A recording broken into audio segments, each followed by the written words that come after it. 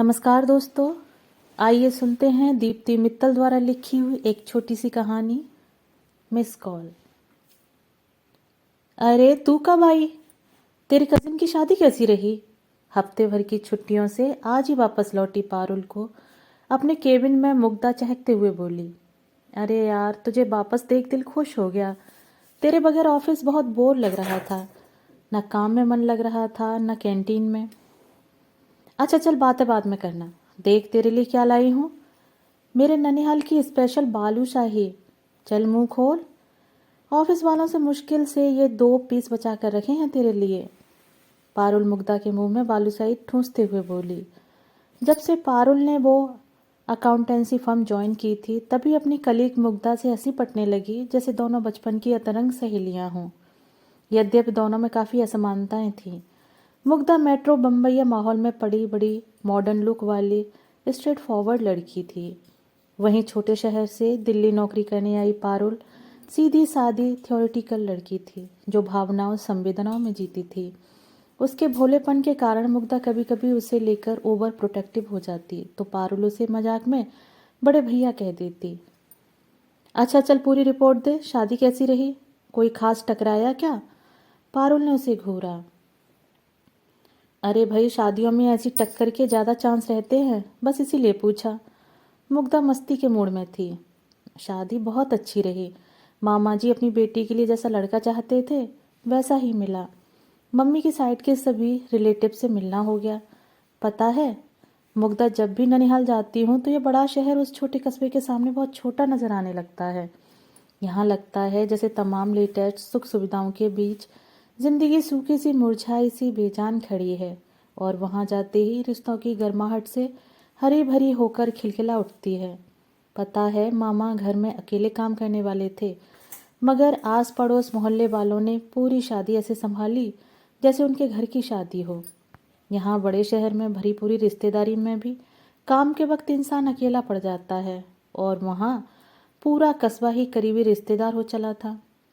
Parul madam, आपको Mathur sir बुला रहे हैं। चपरासी ने उनकी बातों में व्यवधान डाला। हाँ, आती हूँ। चल, बाकी बातें लंच पर करेंगे, अभी काम करने दे, बहुत सारा काम पेंडिंग पड़ा होगा, कहकर पारुल उठ खड़ी हुई। आज पारुल का लंच भी स्पेशल था। आलू की ढलमा सब्जी के साथ कचौड़ियाँ। वाह, क्या बात है। मुग्धा के मुंह में पानी आ गया। बॉस ने क्यों बुलाया था? कुछ ज़्यादा ही काम दे दिया क्या? लंच करते हुए मुग्धा ने पूछा। नहीं यार, काम के लिए नहीं, उन्होंने तो यूं ही बुलाया था पूछने को कि छुट्टियां कैसी रहीं। कह रहे थे काम की टेंशन मत लो। उन्होंने मेरे पीछे मेरे असाइनमेंट बाकी लोगों में डिस्ट्रीब्यूट कर दिए, so no pending work for me. Parul relax थी, मगर उसके जवाब से मुग्धा सोच में पड़ गई। पारुल, तुझे नहीं लगता पिछले 2-3 महीने से माथुर सर तेरा कुछ ज़्यादा फेवर कर रहे हैं? क्या मतलब? मतलब ये कि पहले तो उन्होंने तेरे हफ्ते भर के लिए आराम से सेंशन कर दी, जबकि बाकी लोगों को तो एक दिन की छुट्टी मांगने पर भी काटने को दौड़ते हैं। तेरे असाइनमेंट को लेकर भी लीनियंट हो रहे हैं। तू कहना क्या चाहती है? सीधे सीधे पॉइंट पर आ। तो सुन, मैं कहना चाहती हूँ कि मेरे तेज कानों को खतरे की घंटियां सुनाई दे रही हैं। बॉस से जरा बचकर रहना। क्या बकवास कर रही है? पारुल खाना छोड़ ताव में आ गई। बकवास नहीं कर रही हूँ, तेरे से ज़्यादा दुनिया मैंने देखी है। ऐसे लोगों की रग रग से वाकिफ हूँ। दरअसल वो तेरे सीधेपन को ताड़ गए हैं, इसलिए तुझे टारगेट कर रहे हैं। तुझे जरा भी शर्म नहीं आती मुग्धा? सर उम्र में कितने बड़े हैं। तू नहीं जानती इन बड़ी उम्र वालों को? बस कर। मैं जानती हूँ, वो मेरा ध्यान रखते हैं, मुझे सपोर्ट करते हैं, मेरी हेल्प करते हैं, मगर इसलिए नहीं कि जैसा तुझे लगता है। मुझे तो उनके व्यवहार में एक पिता जैसी, एक बड़े भाई जैसी केयर नजर आती है। फिर फैमिली वाले हैं, वो कह भी रहे थे एक दिन अपनी पत्नी से मिलवाएंगे, और एक अच्छे नेक दिल इंसान हैं।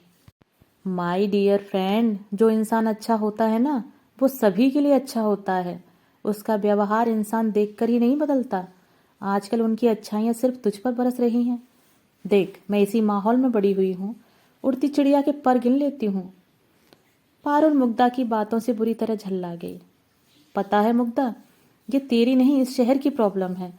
तुम लोगों को ये बात हजम ही नहीं होती कि कोई इंसान बिना किसी पर्सनल इंटरेस्ट के किसी के साथ अच्छा हो सकता है, किसी की मदद कर सकता है। यदि ऐसा होता है तो तुम्हारा शैतानी दिमाग उस पर संदेह करने लगता है। अगर तू मेरे साथ मेरी बहन की शादी में गई होती तो तुझे पूरा गांव ही मतलब परस नजर आता। अच्छा छोड़ इस बात को, मुझे जो लगा मैंने कह दिया। भगवान करे जैसा तू सोचती है वैसा ही हो, मगर फिर भी ये तेरे मामा का गांव नहीं शहर है। Just be careful. बात खींचती देख अंततः मुग्धा ने हथियार डाल दिए। दिन गुजर रहे थे। माथुर सर की पारुल पर मेहरबानियां बरकरार थीं। छोटी छोटी बातों के लिए भी बॉस उसे अपने केबिन में बुलाते, हंसते बतियाते। इस बढ़ती बेतकल्लुफी ने मुग्धा को परेशान किया हुआ था। वह किसी भी कीमत पर नहीं चाहती थी कि उसकी भोली सहेली किसी छलावे की शिकार हो। आज माथुर सर छुट्टी पर थे तो पूरा ऑफिस रिलैक्स नजर आ रहा था। पारुल, चल आज लंच टाइम के बाद ऑफिस बंक कर पिक्चर चलते हैं, मुग्धा एक्साइटेड होते हुए बोली। नहीं यार, आज कुछ काम पूरा करके सर को दिखाने जाना है। मगर सर तो छुट्टी पर हैं।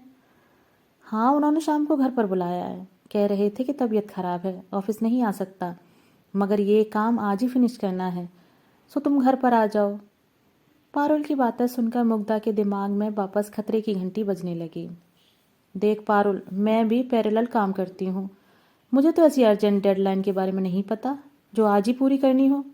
मुझे नहीं लगता कि तुझे उनके घर जाना चाहिए। यार, वो अकेले तो रहते नहीं कि मैं डरूं। उनकी पत्नी है, बच्चे हैं, घर में 2 नौकर हैं। वो कह रहे थे कि इसी बहाने मैं उनके परिवार से भी मिल लूंगी। ठीक है पारुल, तुझे ठीक लगता है तो तू जा। बस मेरी एक बात मान ले, मेरा फ़ोन नंबर स्पीड डायल पर सेव कर ले, और अगर भगवान न करे मेरा शक सही निकला तो बस एक मिस कॉल कर देना।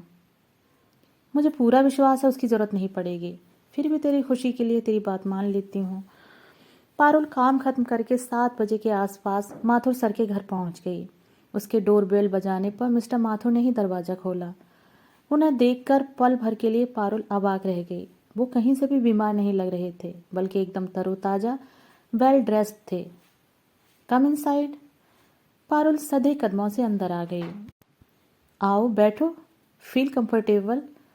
मिस्टर माथुर के चेहरे पर अजीब सी चमक थी। उनकी नजरें पारुल को असहज कर गईं। तभी लैंडलाइन पर फोन बजा। मैं अभी आया। वो फोन अटेंड करने अंदर चले गए। पारुल सरसरी सी नजरें इधर उधर दौड़ा रही थी।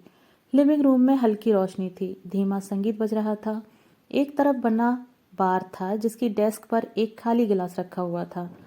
पारुल को ध्यान आया, बात करते हुए सर की आवाज कुछ बहक रही थी। कहीं उन्होंने ड्रिंक तो नहीं की हुई थी। घर एकदम सुनसान था, ना कोई इंसान, ना कोई आहट। पता नहीं क्यों ये बैंक वाले शाम को भी लोन स्कीम समझाते फोन घुमा देते हैं। खैर छोड़ो, घर ढूंढने में कोई परेशानी तो नहीं हुई? नहीं नहीं सर, घर पर कोई दिखाई नहीं दे रहा है। मैडम नहीं है क्या? पारुल ने सकुचाते हुए पूछा। दरअसल उनके मायके में कुछ जरूरी काम निकल आया, सो बच्चों को लेकर वहीं गई हुई हैं। मिस्टर माथुर कुछ चोर नज़र से झेंपते हुए से बोले। ओह सर, ये फाइल हैं। पारुल बैग से फाइलें निकालने लगी। अरे छोड़ो काम को, पहले ये बताओ क्या लोगी? मिस्टर माथुर उसके थोड़ा नज़दीक आते हुए बोले। पारुल हड़बड़ा गई। आज पारुल को पहली बार अपने आदरणीय माथुर सर की आंखें कुछ और बोलती नजर आ रही थीं। सर, अभी आपकी तबीयत कैसी है? पारुल ने एक नियत दूरी स्थापित की। तुम्हारे आने से बिल्कुल ठीक हो गई। एक द्विअर्थी मुस्कान पारुल को भीतर तक कंपा गई। फोन फिर घनघनाया। उफ, ये फोन, इस बार इसे डिस्कनेक्ट करके आता हूँ। मिस्टर माथुर झल्लाए हुए तेजी से भीतर गए। तभी मौका पाकर पारुल ने मुग्धा को मिस कॉल दे दी। माथुर सर वापस आए तो 1 मिनट के भीतर ही डोरबेल बजी। अब तो उनकी झल्लाहट की कोई सीमा नहीं रही। कौन आ गया इस वक्त? चैन नहीं है इन लोगों को। सर आप बैठिए, मैं देखती हूँ। पारुल उठ खड़ी हुई। नहीं नहीं, तुम रहने दो, जो भी है अभी चलता करता हूँ उसे। दरवाज़ा खोला तो सामने हाथ में फ्लावर बुके लेकर मुग्धा एक लंबे डील डॉल वाले आदमी के साथ खड़ी थी। Good evening sir. मैं अपने भाई के साथ कहीं जा रही थी तो आपका घर बीच में पड़ा, सोचा आपके हालचाल पूछ लूं। मुग्धा को देखते ही मिस्टर माथुर की शक्ल पर 12 बज गए। उन्हें अपने अरमान पानी में मिलते नजर आ रहे थे। कैसी है आपकी तबीयत अब? मैं ठीक हूँ। तुमने बेकार ही तकलीफ की। दरअसल मैं भी थोड़ा बिजी हूँ, कुछ अर्जेंट काम। आई नो सर, पारुल ने बताया था आपके अर्जेंट काम के बारे में। बातों बातों में मुग्धा उन्हें किनारे करते हुए सीधे घर के अंदर आ गई। हाय पारुल, अगर तुम्हारा काम हो गया हो तो कैन आई ड्रॉप यू? काम? पारुल निरुत्तर थी।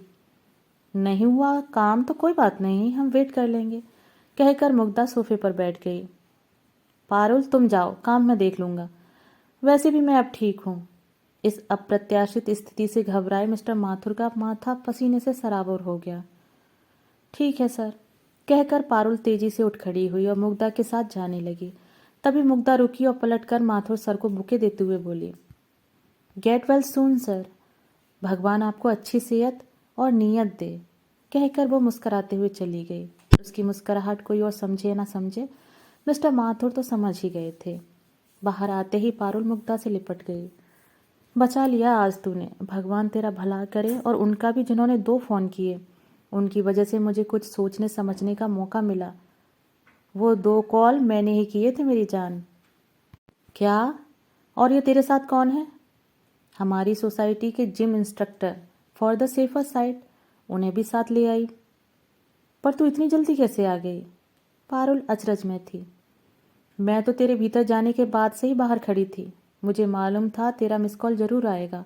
कहा था ना तुझे, उड़ती चिड़िया के पंख गिन लेती हूँ। आई नो आई नो, चल तेरी इसी खूबी के लिए तुझे डिनर कराती हूँ। और फिर 2 हंसती आवाज़ें सड़क पर बढ़ चली। दोस्तों अभी आप सुन रहे थे दीप्ति मित्तल द्वारा लिखी हुई कहानी मिस कॉल। दोस्तों कहानी आपको कैसी लगी?